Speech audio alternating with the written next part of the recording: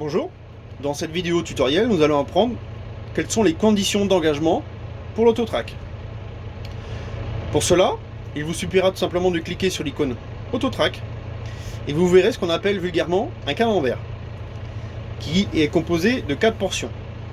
Dans un premier temps, la première portion est allumée en bleu.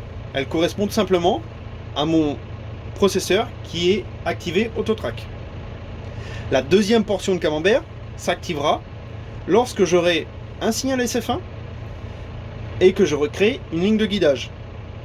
Ma troisième portion de camembert s'activera à partir du moment où j'appuie sur le bouton ON à cet endroit. Et ma quatrième portion de camembert s'activera quand j'aurai appuyé sur le bouton autotrack. Donc on va faire un petit exemple. Ici mon processeur est bien activé autotrack puisque j'ai la première portion de camembert.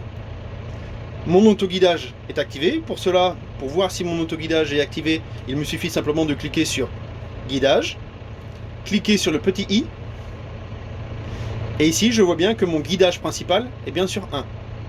Attention, nombreuses fois, il arrive de cocher cette icône, guidage d'équipement autotrack.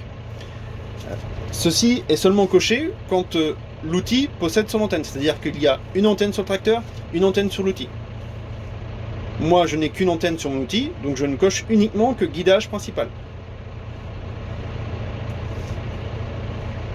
Maintenant, il faut que je crée une ligne de guidage et que je vérifie que mon signal SF1 est bien à 100%. Je clique sur SF1 et je vérifie ma précision.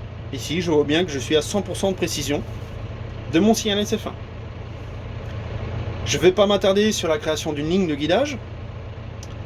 Je reviendrai sur une autre vidéo tutoriel. Donc ici, je vais sélectionner mon champ Bressé où j'ai déjà une ligne de guidage. Donc ici, on voit automatiquement, comme ma ligne de guidage est créée, on voit que mon camembert est passé directement à la deuxième portion de camembert. Il me faudra simplement appuyer sur la troisième portion de camembert pour activer l'autotrack. Et maintenant, il me suffira simplement de me rapprocher de ma ligne. Donc ici, je viens de faire un décalage. Il me suffira simplement de cliquer sur le bouton autotrack et là mon camembert passe directement à auto.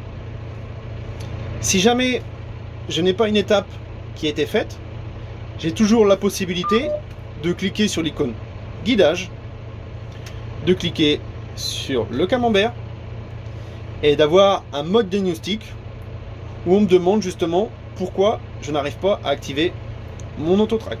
Ici dans le cas présent, vitesse de la machine hors plage, forcément je suis à l'arrêt et je n'ai pas appuyé sur le bouton autotrack.